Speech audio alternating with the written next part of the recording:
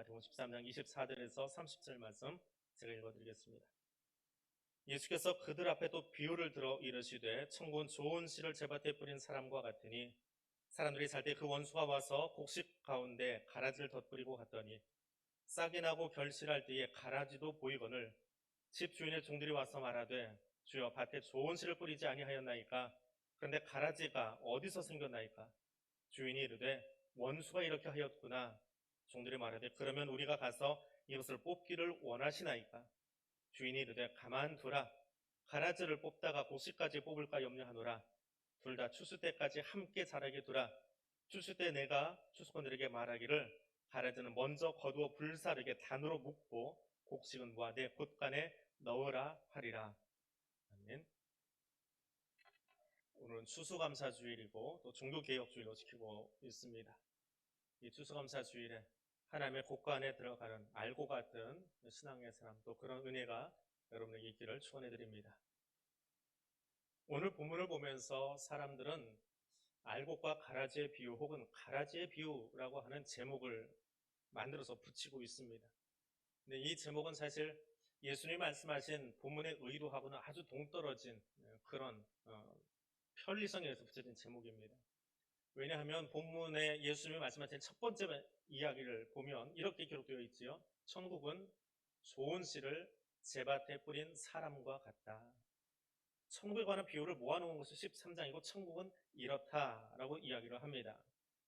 그리고 저 문장을 예수님이 쓰셨던 아람어를 직역을 해서 다시 읽어보면 이런 문장이 됩니다. 천국은 좋은 씨를 제밭에 뿌리는 사람의 상황과 같다. 천국은 씨도 아니고 사람도 아니고 누구요? 씨를 뿌리는 사람의 상황과 같다.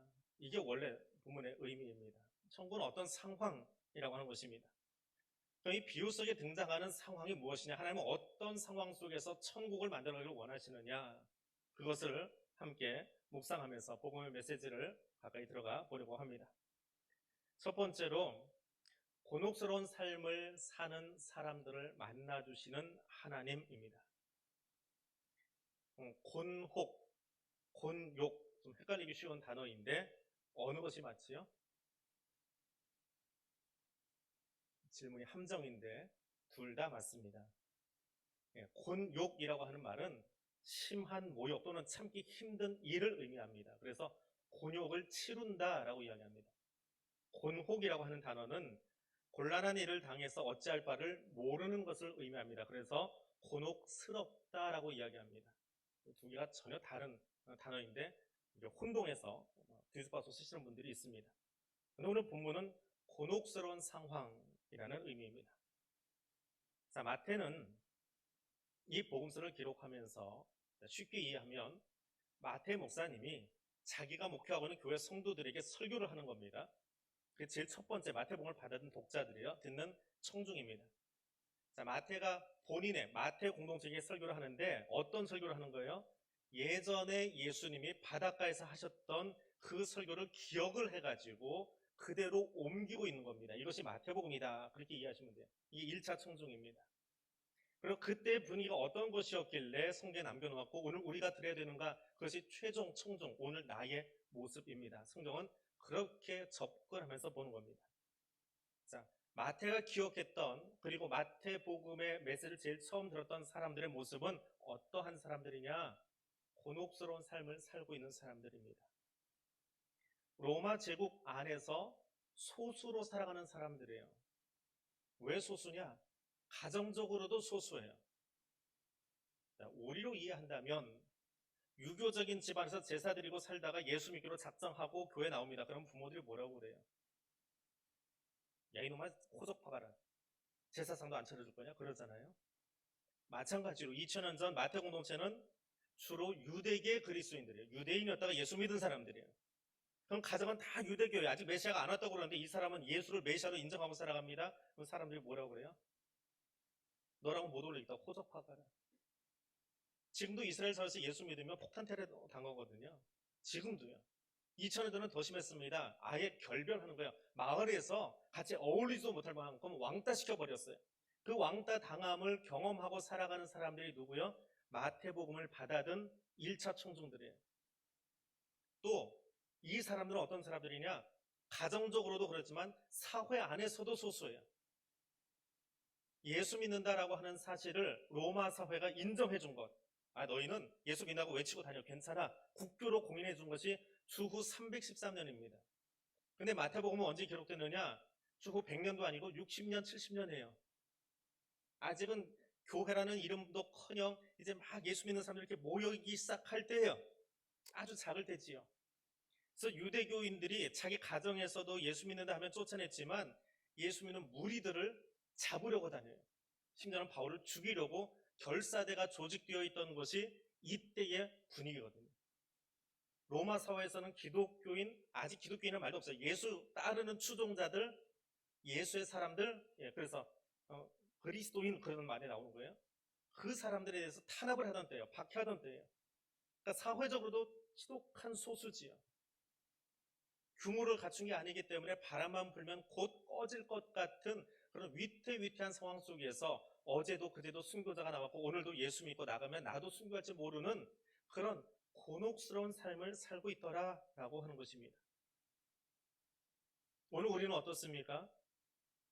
전쟁의 위협이 지배하기는 예나 지금이나 똑같더라라고 하는 거예요. 한반도 정세, 사강에 열강에 둘러싸여서 살아가고 있는 이 땅의 사람들, 또 다국적 기업이 너무 커지다 보니까 지역 상권, 작은 골목의 상권은 정말 힘들게 상업에 종사해야 되는 그런 일들. 교회가 스스로의 문제를 해결하지 못하고 세상 법정에다가 다 내놓으면서 세상으로부터 그거밖에 못하냐라고 하는 그런 말을 들어야 되는 현실. 코로나19 상황 속에서 그것을 함께 기도하기보다 오히려 세상적인 일인데 그건 바깥의 일인데 그건 복음의 본질이 아닌데 그거 가지고도 교회가 나누어져 있어요. 교회마다 대처하는 방법이 교회 안에서도 대처하는 방법이 다 달라요. 그런 곤혹스러움 가운데 우리가 여기에 모여서 지금 예배를 드리고 있더라라고 하는 겁니다. 코로나 때문에 마음 편하게 떡 한 덩이조차 나누지 못하는 수수감사주일 예배를 우리가 좀 드리고 있습니다. 그것은 비단 여러분만의 문제가 아니라 설교하는 설교자도 곤혹스럽긴 마찬가지입니다. 그럼 다 마스크 쓰고 있는데 저만 안 쓰고 있지요? 아직은 버텨보는 겁니다. 서울시 행정명령은 마스크 쓰게 되어 있습니다. 근데 공문이 아직 교회로 도착을 안 했어요. 정식 공문이 안 왔습니다. 그래서 아직 마스크를 벗고 있는데 강동구하고 종로구는 서울시 안에서도 훨씬 더 행정명령이 강해요. 제대로 적용시키면 집합금지면허 떨어집니다. 이 행정명령이 구에서도 가능하거든요. 지금 현행 법이. 지난 주간에 서초동에 있는 S교회 문 닫은 거 아시죠? 우리말로 하면 쉽게 얘기하면 구역장 모임 월요일날 가졌다가 소모임 가졌다가 문 닫아버렸습니다. 3,000명이 모였답니다. 우리는 와 하는데 거기로서는 별거 아니에요. 우리처럼 이렇게 앉은 거예요. 그런데 서울시에서 행정명령 떨어져가지고 기한 없이 문 닫았습니다. 그러니까 법 앞에서는 교회도 같이 지키고 갈 수밖에 없거든요. 그런 뉴스를 매일 보면서 내일은 예배를 어떻게 드려야 될까? 내일은 성도분들을 얼마나 부를 수 있을까? 갑자기 전해서 내일부터 예배 못 드린다 할 수도 있고요. 그런 곤혹스러움 속에 설교를 준비하고 그런 마음을 가지고 수수감사주일 어떻게 해야 될까? 곤혹스럽게는 저도 사실은 마찬가지입니다. 복음과 사회, 복음과 현실, 복음과 아픔, 복음과 질병, 고통, 복음과 코로나, 어울릴 것 같지 않은 두 개의 단어가 사실은 같이 가고 있는 것이 우리 사회의 모습입니다. 마치 알곡과 가라지처럼 말입니다. 예수님은 배 위에서 바닷가에 있는 사람들에게 그 말씀을 하고 계시는 겁니다. 그 바닷가에 나온 사람들이 어떤 사람들이에요? 어제까지 혹은 오늘 아침까지 자기 삶의 현장에서 땀 흘리면서 수고하고 있다가 지쳤지만 그 말씀 듣고 싶어서 그냥 그 땡볕에 중동의 그 열이 얼마나 강할까요? 그 땡볕에도 차양막이나 있으니까 갑자기 텐트 하나 쳤겠어요? 건물도 없는 그곳에 야외 예배지요. 그걸 다 몰려 나와서 배 위에서 전해오는 예수님 말씀 들으려고 거기 앉아있는 사람들입니다. 누군가는 병이 낫고 싶어서 아픈 몸을 끌고 나왔고요. 누군가는 귀신 들린 사람 고쳐보겠다고 친구들이 들쳐업고 나왔고요. 또 누군가는 사회적인 탄압을 받고 있는 상황 속에서 뭔가 위로받기 위해서 바닷가로 나와 있는 그들을 향해서 주님이 천국은 이런 상황이야. 천국은 이거야. 라고 말씀하고 있습니다. 2000년 전이나 지금이나 우리 다 똑같이요. 다 같은 마음으로 말씀하면서 뭔가 위로를 받고 싶어서, 회복하고 싶어서, 치유하고 싶어서 이 자리에 마스크를 쓴 답답함을 가지고도 달려나와 있는 겁니다. 사실 집에서 드리면 마스크 벗고 할 수 있잖아요. 조금 뒤로 기댈 수도 있잖아요. 근데 왜 이 시간 이렇게 힘들게 여기까지 나와 있습니까? 말씀에 대한 사모함 때문에 하나님이 이곳에서 뭔가 특별한 일을 하실 것을 기대하면서 나와 있는 것이 2000년 마태 공동체의 사람들이나 바닷가의 사람들이나 오늘 우리나 같더라라고 하는 겁니다. 감사한 것은 이 땅에 오신 하나님은 바로 그런 곤혹스러운 삶을 살고 있는 사람들을 위로하기 위해서 오셨다는 겁니다. 눈물 흘리고 있는 사람들을 만나셔서 그들을 치유하고 회복시키려고 오셨습니다. 로마 황제의 궁이 아니라 원로원에서 준비된 멋있는 연설단이 아니라 작은 배 위에서 그날의 삶에 지친 사람들이 몰려 나왔을 때에 그 아픈 상처와 힘겨움을 그대로 다 끌어안고 주님은 천국을 말씀하고 있습니다. 그렇게 주님 만나는 곳, 곤혹스러움을 가지고 나와서 주님을 만나고 있는 그곳이 천국이다라고 우리에게 가르쳐주고 있습니다. 예수님 앞에 앉아있던 그 무리들이나 마태의 설교를 듣고 있던 제일 첫 번째 마태 공동체의 모습이나 그리고 오늘 우리나 그래서 예수 그리스도를 만나는 그 순간 그 자리가 하나님의 통치가 임하는 천국이 됨을 기억하며 나아가실 수 있기를 원합니다. 두 번째로 주님은 이 본문 속에서 우리의 이야기를 들어주시는 주님, 그 모습으로 찾아와 계십니다. 복음서를 읽으면서 씨앗에 관한 이야기, 씨의 이야기를 들으면 뭐가 제일 먼저 생각납니까? 씨 뿌리면 30배, 60배, 100배 되는, 성경을 한 번만 읽어보았어도 그게 제일 먼저 생각나겠지요. 근데 마태는 더 독특한 분이에요. 이 마태는 복음서를 기록하면서 오늘 비유 바로 앞에 그 씨 뿌리는 비유가 나와 있습니다. 30배, 60배, 100배가 아니고 100배, 60배, 30배로 적어놨어요. 마태만 또 그렇게 적었습니다. 씨를 뿌리면 풍성한 수확을 거둘 거야 라고 하는, 그것이 천국이야 라고 하는 그 씨 뿌려진 밭의 비유예요. 씨의 비유가 아니고 밭의 비유입니다. 그것을 이야기하자마자 바로 다음 본문이 뭐예요? 우리가 흔히 알고 있는 알곡과 가라지 비유. 배가 되는 이야기가 아니라 가라지의 이야기를 하고 있습니다. 뿌리지 않았는데 나온 가라지 말입니다. 가라지 어떻게 생겼는지 아시지요? 셋 중에 하나가 가라지입니다. 비슷비슷한데 하나는 밀이고 하나는 보리고 하나는 가라지입니다. 가운데 있게 가라지입니다. 농사 지어보신 분들은 알아요. 저같이 서울 촌놈은 모릅니다. 사진 보고도 일부에 비단 깜빡해서 저게 뭐지? 그러고 쳐다봤어요. 사진은 준비해놨는데 일단 설명을 써놓고 안 써놓고 가만 사진 보니까 어느 게 가라지였더라? 순간 헷갈렸어요. 농사 안 지어봐서 그렇거든요. 이건 독보리라는 이름으로 우리에게 알려져 있습니다. 왜 독보리냐 하면 밀을 거둘 때 저게 섞여서 같이 들어가서 이렇게 갈아져가지고 짐승에게 주면 그 가라지 안에 있는 독소 때문에 짐승이 구토를 한대요. 병에 걸린대요. 그래서 독보리라고 우리에게 알려져 있는 그런 식물입니다. 근데 저것이 저렇게 열매를 맺으면 모르는데 처음 나올 때는 밀이나 가라지나 그게 그거 같아요. 구분이 잘 안 된답니다. 그래서 지금도 이스라엘의 농사법은 직접 출수된 사람들이 저걸 다 찝어낸대요. 손으로. 기계로 못하고. 섞여버리면 안 되니까. 자, 종들이 밭에 나가 보니까 가라지가 올라와 있습니다. 그래서 종들이 의아해서 주인에게 달려갑니다. 주여, 밭에 좋은 씨를 뿌리지 않으셨습니까? 그런데 가라지는 어디서 생겼습니까? 가라지 어디서 생겼습니까? 이거 어떤 질문입니까? 씨 누가 뿌렸어요? 비유 속에서 씨는 누가 뿌렸어요? 주인이 뿌렸잖아요. 그럼 종들이 생각하기에 가라지 누가 뿌린 거예요? 저가 악한 자다라고 이야기하는 사람은 성경을 너무 빨리 읽고 지나가 버린 거예요. 우리는 성경을 전지적인 입장에서 봅니다. 밖에 나와서 보고 있어요. 그 안으로 들어가서 이야기 속에서 보자고요. 우리에게는 설명이 되어 있지만 종들은 그 설명 못 들은 사람들이거든요. 비유 속의 종들은. 그러면 종들은 생각하기에 저 가라지 누가 뿌린 거예요? 주인이 뿌릴 때 의도적이건 실수건 주인이 뿌린 거예요. 그래서 주인에게 지금 항의하고 있는 거예요. 어디서 나왔습니까? 저희 가라지까지 나왔는데요. 라고 설명하고 있는 겁니다.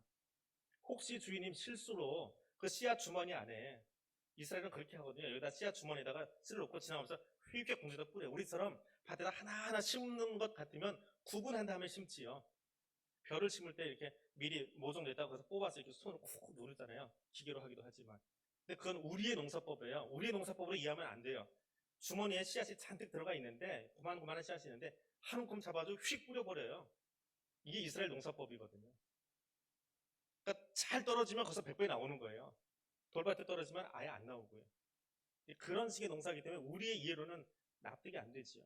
근데 그렇게 잡았던 것 중에 혹시 주인님 실수로 뿌리셨나요? 아니면 혹시 작년 거 뭐 섞어가지고 뿌리셨나요? 그러고 물어보는 겁니다. 자, 비유를 듣고 있는 사람들, 마태 공동체의 사람들은 이 비유를 들으면서 이런 생각을 같이 할 수 있습니다. 세상을 창조하신 분은 하나님이세요. 근데 그런 하나님이 자기 백성을 로마의 압제하에 이 고통 속에 있도록 왜 내버려 두고 계시나요? 하나님, 다 기쁘게 예배드려 나왔는데, 저 장로님 보니까 너무 건강하게 예배 잘 드리세요, 지금까지. 근데 나는 왜 이렇게 아파야 돼요? 하나님, 나를 왜 미워하세요? 왜 나는 이 아픔을 가지고, 이 암을 가지고 여기 나와서 예배 드려야 돼요? 하나님, 저 사람 보니까 저 권사님과 얼굴이 너무 해피해요. 근데 나는 어젯밤에도 탁탁 해가지고 마음이 지금 볶여요. 볶이는 마음 가지고 나오세요. 왜 나한테는 이렇게 자꾸 하나님 힘든 이야기만 갖다 주세요? 나도 좀 해피하게 웃고 싶은데. 왜 나를 차별하세요? 세상을 만드신 분이 하나님이신데. 아니, 그깟 바이러스 하나 제대로 관리 못 하셔가지고 여태 놔두시는 이유는 대체 뭐예요? 일부 예배 때 들어오시다가 어떤 권사님이 그래요. 목사님, 금년은 2월달 시작하고 그냥 11월달 온 것 같아요. 예? 코로나 마스크 쓰고 다니까 여름을 어떻게 보낼지 모르겠어요. 그냥 겨울에서 겨울로 넘어온 느낌이에요. 맞네요. 여름을 어떻게 보낼지 모르겠어요. 근데 창조주시라면, 능력의 하나님이시라면 그깟 바이러스 그 조그만한 거 하나 처리 못하고 이거 내년까지 가내만에 그 고민을 왜 하고 살아야 되냐고요. 그런 원망 하나님한테 해보셨습니까? 본문은 그런 이야기예요. 근데 주인은 그러한 종들의 질문에 대해서 28절에서 아주 단호하게 이야기하십니다. 원수가 이렇게 하였다. 이 답은 뭘까요? 이 이야기를 듣고 있는 종들은 어떤 마음으로 이 메시지를 받고 있을까요? 아, 맞아. 우리 주인님 선하신 분이야. 절대로 저 나쁜 가래를 거기다 뿌릴 리가 없어. 맞아. 하나님은 선한 하나님이시야. 이 땅에 악한 것, 질병, 그건 하나님이 하신 게 아니라 다른 것들이 한 거야. 하나님이 그러실 리 없어. 그것도 답이에요. 그건 틀린 게 아니에요. 그런데 더 중요한 게 있어요. 더 중요한 게 있습니다. 종들이 지금 주인에게 항변하고 있다는 겁니다. 어떻게 해요? 주인님, 그 씨앗 주머니 안에 혹시 가라지 씨앗 같이 있지 않았을까요? 다른 부분에 가보면 이런 이야기도 나오지요. 예수님, 저 사람의 질병은 누구 때문입니까? 누구한테 따지는 거예요? 저 사람의 죄성을 묻는 거예요? 아니요, 하나님한테 지금 안타깝고 화가 나서 외치고 있는 무리들의 모습입니다. 하나님, 지금 내 아픔, 나한테 찾아온 이 질병, 우리 집의 이 경제적인 곤란함, 사랑하는 사람을 먼저 보내고 아직도 준비되지 못한, 마음속이 정리되지 못한 그 쓰라린 슬픔, 이 나라가 지금 이렇게 흘러가고 있는 것, 하나님 살아계시면 왜 이렇게까지 하세요? 나도 편안하게 신앙생활 하게 하시지. 그런 외침들 안 해보셨습니까? 점잖아서 안 하신 것 같아요. 저는 했습니다. 하고 있습니다. 중학교 진학을 하는데요. 저희 집 근처에 서울시 지정 시범학교가 있었어요. 좋은 학교가 있었어요. 하나님, 저기요? 아니면 그 옆에 요만한 학교요? 쟤는 안 돼요. 어디 가요? 들으셨지요? 그 학교 갔어요. 동네 깡패 다 모아놓은 학교. 고등학교 진학하는데 하나님한테 또 했어요. 3년 뒤에. 중3짜리가. 하나님, 우리 동네 미션 스쿨도 있어요. 한국에 내놓으라는 미션 스쿨이 우리 그 학군 내에 있었어요. 하나님, 저 학교요. 버스 타고 내가 나갈게요. 근데 거기 아니면 요 학교. 근데 쟤는 안 돼요. 상계동 재개발되기 전에 그 논두렁 지나가야 돼요. 가다가 몇 번 빠졌는지 몰라요. 왜? 그 학교로 갔으니까. 우리 일기 선배들은 동네 학교 개교가 늦어져가지고 동네 이상한 애들 다 모아놨거든요. 하도 마음에 안 들어서 힘들어하니까 어머니가 어렵게 이렇게 강남 8학군으로 갑자기 강남 8학군으로 갔어요. 강남 8학군에 얼마나 좋은 학교 많습니까? 경기고등학교, 휘문고등학교, 뭐 내노라는 학교 다 있잖아요. 하나님 저 학교 저 학교 근데 여기 신선학교 아직 축대도 다 안 지어진 저 학교 싫어요. 어디 갈게요? 하필이면 그 학교로 갔어요. 얼마나 하나님 원망할게요.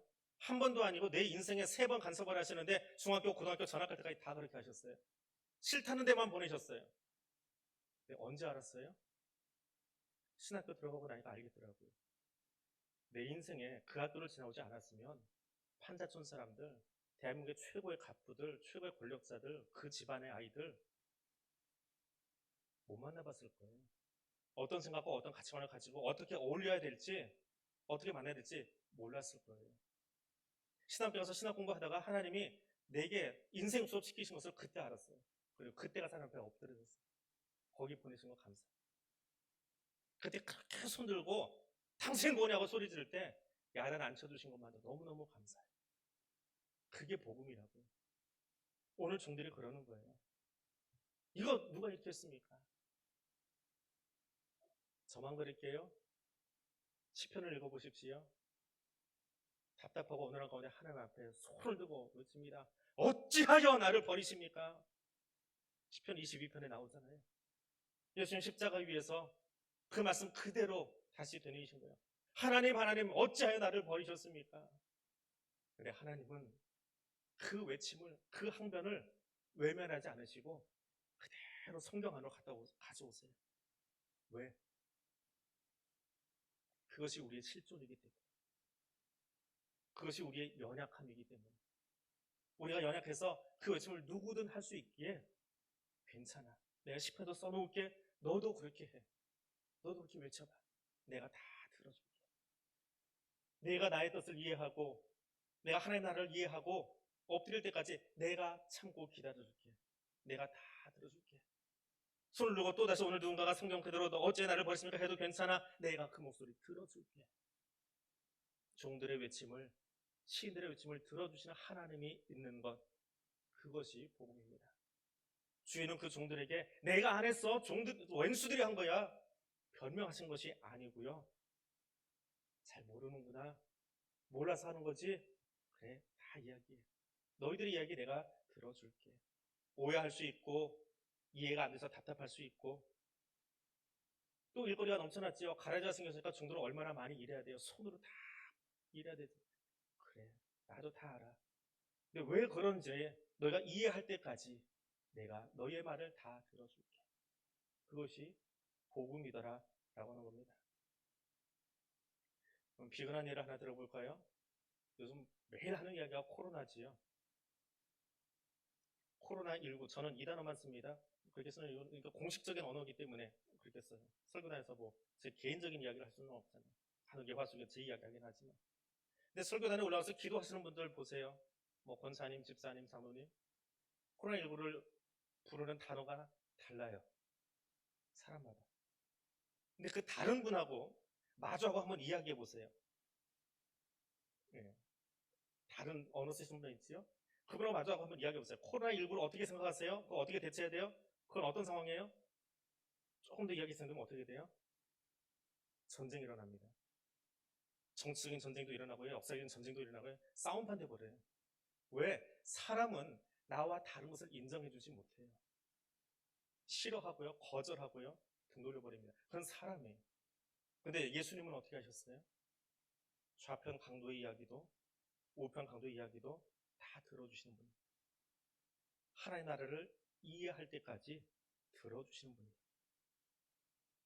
추수감사주일 우리의 창고가 예전처럼 넉넉하지 못하고 코로나에 엎친 데 덮친 격으로 돼지열병 퍼지고 경기일 때는 긴장감이 돌고 있고요. 코로나 때문에 감기 조심하려고 백신 맞으려고 그랬는데 백신이 부작용이 있다고 그러네요. 그래서 저 아직도 안 맞았어요. 굉장히 겁쟁인가 봐요. 아직도 못 맞았어요. 이 찰필 하다가 아직도 못 맞고 있어요. 그런 여러 가지 이유들, 그런 여러 가지 상황들 속에서 그럼에도 불구하고 감사를 이야기해야 합니다. 어떤 감사를 올릴 수 있을까요? 말씀을 준비하는데 억지로 짜낸 것이 아니라 너의 그 아픔, 너의 그 혼란스러움, 너의 그 엉뚱한 마음들을 다 그대로 이야기해라. 내가 들어줄게. 하나님은 나에게 그렇게 말씀하십니다. 예배 자리에 나온 우리들에게 그렇게 말씀하십니다. 너의 어려움, 너의 곤란함, 너의 아픔들, 이해되지 않는 것들 그대로 다 이야기. 내가 받아줄게. 내가 천국을 이해할 때까지, 내가 복음의 진수를 완전히 이해할 때까지 내가 기다려줄게. 그것이 천국입니다. 말할 수 있으면 얼마나 감사한지. 아이가 넘어졌는데 눈물을 보여줄 부모가 없습니다. 혼자 된 아이들이요. 버림받은 아이들. 그 아이들은 울지 않습니다. 울면 뭐예요? 그 눈물을 보아줄 리가 없는데. 근데 부모님이 있으면 아이는 막 울어요. 그럼 부모는 뭐라고 그래요? 말도 안 되게 땅바닥을 때면서 너 왜 그랬어? 우리 아프게 너 왜 그랬어? 그럼 아이는 신이 나서 눈물 닦아요. 먼지 털고. 왜? 들어줄 부모가 있거든요.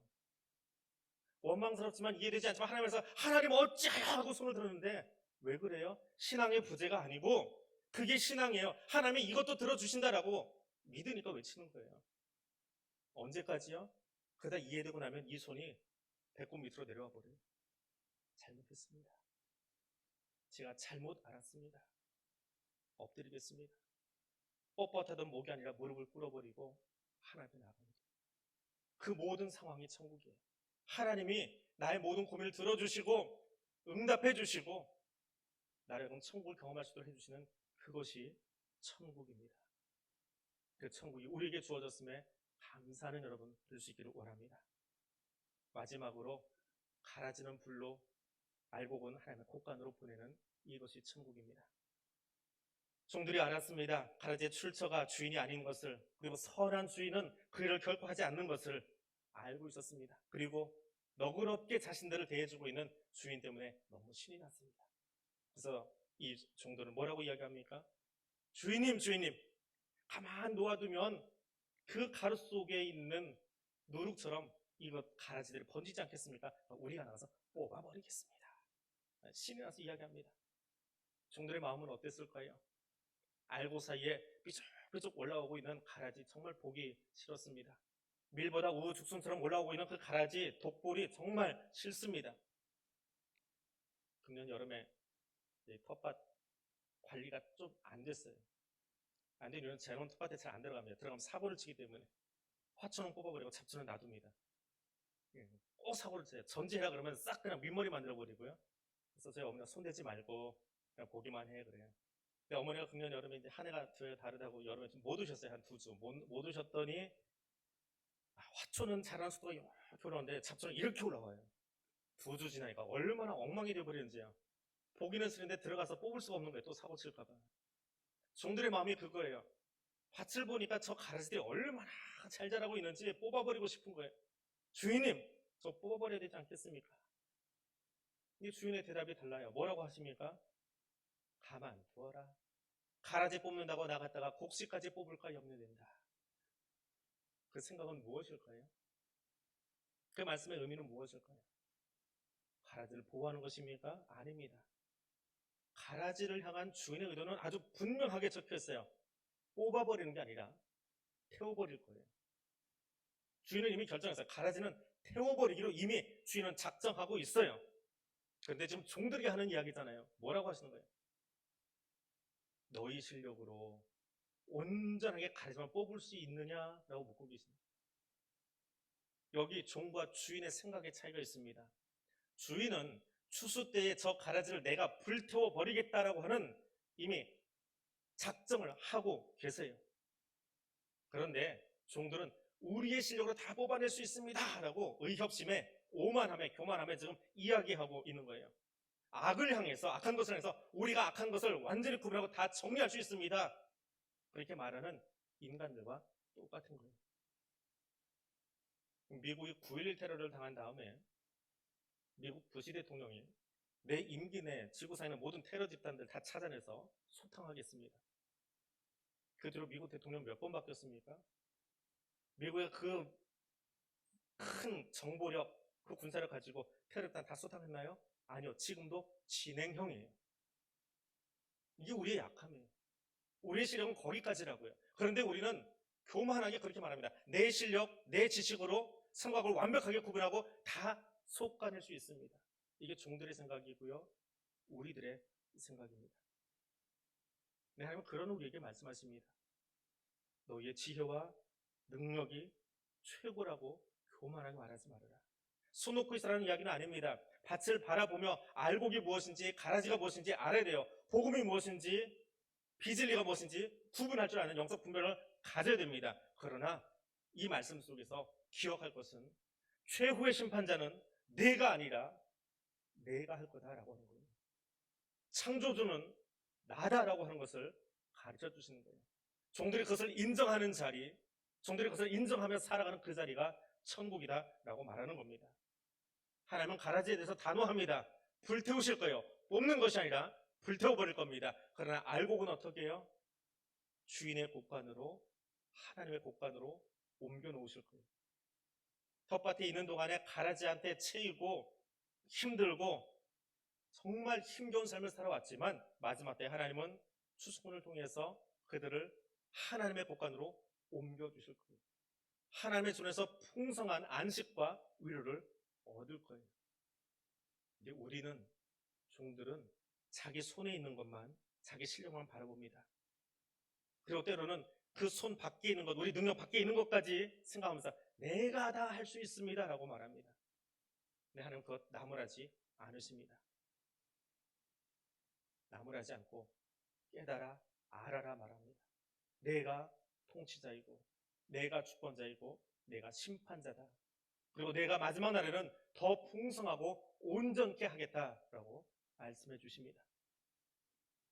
지난 주간 에모리 대학의 토마스 롱 교수가 쓴 고통과 씨름하다라는 책을 읽어보았습니다. 이 책을 읽다가 제가 늘 여러분에게 하는 이야기가 성경 읽을 때 제발 빨리 읽지 말고 천천히 거기 들어가서 좀 읽으세요라고 했는데 지난주에 나도 어지간히 급한 사람이구나 라는 걸 깨닫고 또 말씀 주셔서 은혜를 받았습니다. 그 한 부분입니다. 욥기를 보면 욥기 마지막에 사탄의 이야기가 나오지 않습니다. 한번 읽어보세요. 마지막 장은 사탄에 관한 언급이 없습니다. 그럼 막장대라는 말을 보면 그 말도 잘못된 말이라고 누가 착 항변하는데 좋지 않은 드라마를 보면 마지막에 가서요. 소위 우리가 악하다라고 표현하는 그 악녀들 혹은 악인들을 어떻게 그 사람들이 처리되는지를 보여줘요. 그래서 시청자들을 하여금 와 시원하다. 맞아 드라마 이렇게 끝나야 돼. 이런 느낌을 갖게 하잖아요. 근데 욥기 마지막에는 사탄의 이야기가 나오질 않아요. 왜 안 나올 거예요? 언급할 가치가 없어서 안 나오는 거예요. 이미 하나님이 멸망시켜버려요. 그거 굳이 어떻게 말만 써놓으면 뭐예요? 그래서 언급할 가치가 없어서 사탄의 이야기가 안 나와요.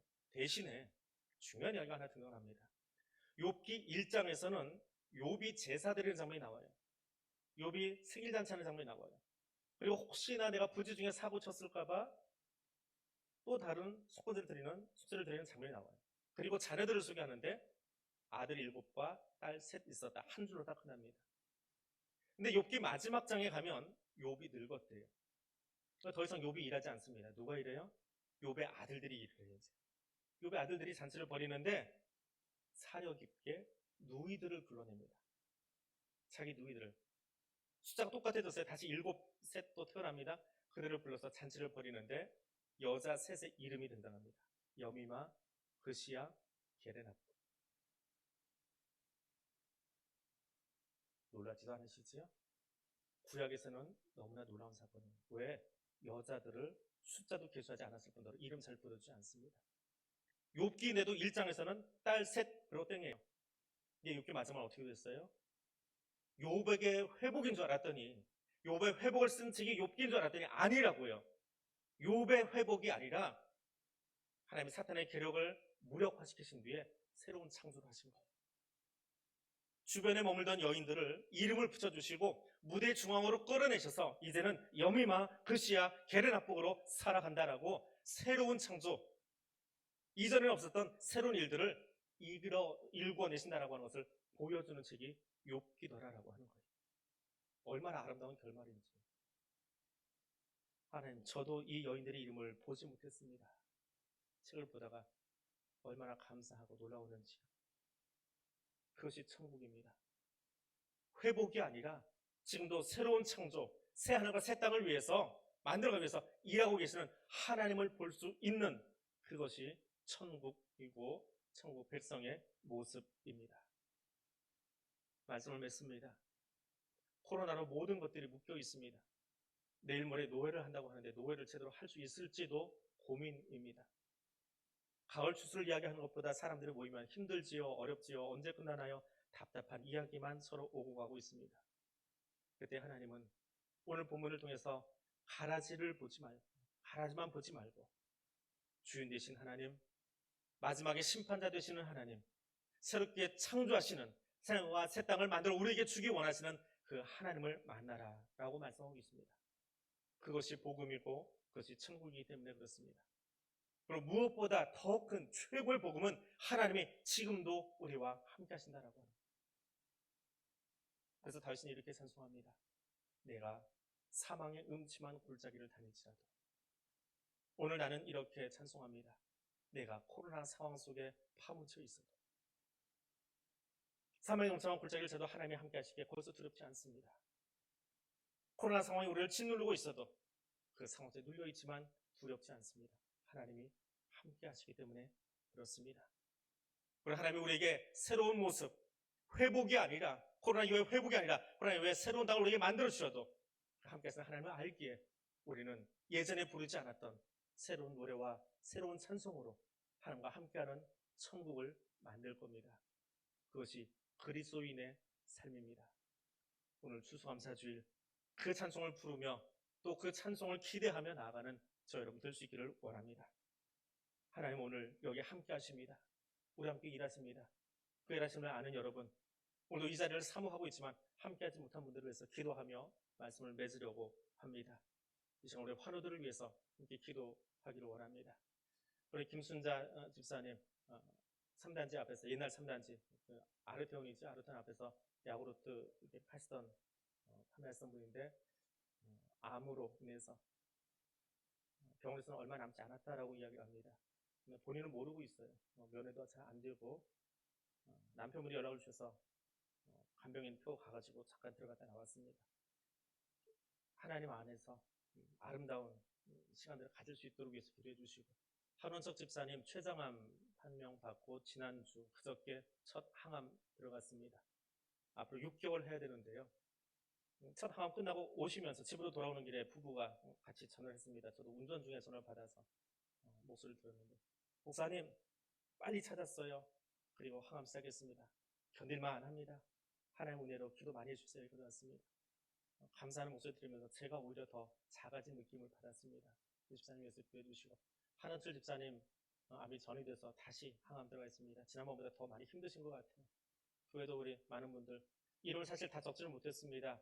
그냥 병원 치료 끝나고 집에서 재활하거나 회복 중이신 분들 이름 적지 못했고요. 지금 병원에 있거나 조금 더 기도가 필요하신 분들 몇 분 좀 골라놓은 겁니다. 저분들 이름 부르면서 침묵으로 한 1분 동안 하나님 저들에게 오늘 내게 베푸신 은총으로 또 저들에게도 베풀어 주시고 치료 강성을 쥐어주시기 원합니다. 함께 중보하며 기도하겠습니다.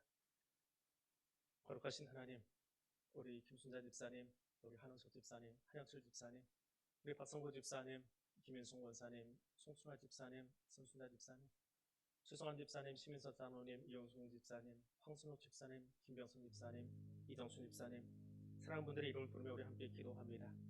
오늘 우리도 마스크를 쓰고 여기 나와 있지만 하나님 지금 병상에서 누워 하나님의 이름을 부르며 하나님의 말씀을 사모하며 엎드려 기도하고 있는 사랑하는 환우들, 하나님 저들의 어깨 위에, 저들의 상처 위에, 저들의 아픈 곳 위에 주의 손을 대어주시고 치료의 광선을 쥐어주시고 주여 함께하여 주옵소서. 이해할 수 없는 아픔과 고통 속에 엎드려 있습니다. 그럼에도 불구하고 하나님 여기까지 도우셨습니다. 또 감사하며 고백하고 있는 성도들의 그 목소리를 듣고 있습니다. 주님도 들으셨지요? 주님 아시지요? 나는 고칠 수 없지만 주님은 하십니다. 주님 치유하실 수 있습니다. 주님 치유해 주셔야만 합니다. 주여 저들을 만져주시옵소서. 치료의 광선을 쥐어주시옵소서. 회복의 자리로 세워주시옵소서. 그리고 우리 함께 여기 앉아 하나님의 나라를 기뻐하며 감사하며 찬송할 수 있는 그 자리에 함께 설 수 있도록 주님 이끌어 주시옵소서. 한 번 더 기도할 때에 우리 수험생들을 위해서 같이 기도할 수 있기를 원합니다. 예년에 어떤 수험생보다 더 힘든 시간을 보내고 있습니다. 학교 제대로 가보지 못했고요.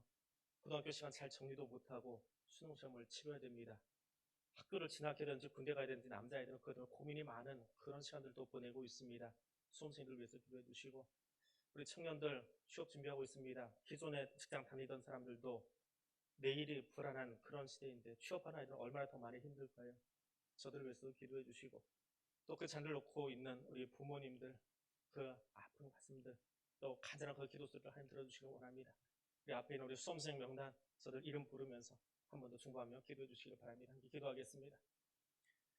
사랑의 하나님, 우리 어린 자녀들 위해서 기도합니다. 특별히 2021학년도 수능시험을 준비하고 있는 우리 수험생들이 있습니다. 권기원, 권준서, 김가은, 김산, 서예준, 유별, 이건희, 이은정, 임헌우, 장선우, 정희연, 조유준, 전다은, 최하연, 최임재, 허진환. 하나님, 저들의 삶 속에 주님 함께해 주시길 원합니다. 저들의 인생을 관통하는 키워드가 여호와의 말씀이 되게 하여 주옵시고, 저들의 삶을 이끄시는 분이 여호와 하나님이신 것을 알게 하여 주옵시고, 하나님 내일의 수능시험만이 아니라 평생에 주님과 온전히 동행하는 자녀들 될 수 있도록, 그리고 무엇보다 수능을 앞두고 지금 기도하는 이 시간 하나님의 은혜를 더 깊이 깨닫고 경험하는 은혜의 시간이 될 수 있도록 사랑하는 자녀들 주님 붙드시고 인도하여 주옵소서. 그래서 이 시간이 저들이 시험을 준비하는 고된 시간이 아니라 하나님의 함께 하심을 경험하는 은혜의 시간이 될 수 있도록, 그것이 주님과 동행하는 천국의 자리가 될 수 있도록 주여 함께 하여 주옵소서. 더불어 사랑하는 자녀들을 가슴에 품고 기도하는 부모님들과 이 시간 여기 추수감사 예배로 나와 사랑하는 자녀들을 가슴에 담고 그 이름을 입술에 올리며 기도하는 성도들에게도 주님만이 주실 수 있는 특별한 은총으로 함께하여 주시옵소서. 창조의 하나님, 추수감사 예배로 드리게 하심을 감사합니다. 코로나와 독감, 어려운 정치와 경제로 인하여 감사의 제목이 주눅들기 쉬운 이때에도 내 손의 것이 아니라 하나님께서 함께해 주심을 인하여 우리의 곤혹스러운 상황이 아니라 그곳에도 함께해 주시는 하나님으로 인하여 감사드립니다. 우리는 능력이 없으나, 우리는 지혜가 부족하나 하나님은 능력의 주님이시고 창조주이시오니 주여 환우들을 긍휼히 여겨 주시옵소서. 치유하여 주시옵소서. 수험생 자녀들의 마음을 붙드시고 하늘의 지혜뿐 아니라 하나님께서 저들을 이끄심을 깨닫게 하여 주시옵소서. 더불어 저들의 이름을 부르며 중보한 사랑하는 성도들, 추수감사 예배로 함께 엎드린 성도들에게도 동일한 은총으로 삶의 자리에 베풀어 주시옵소서. 예수님 이름으로 기도드립니다. 아멘.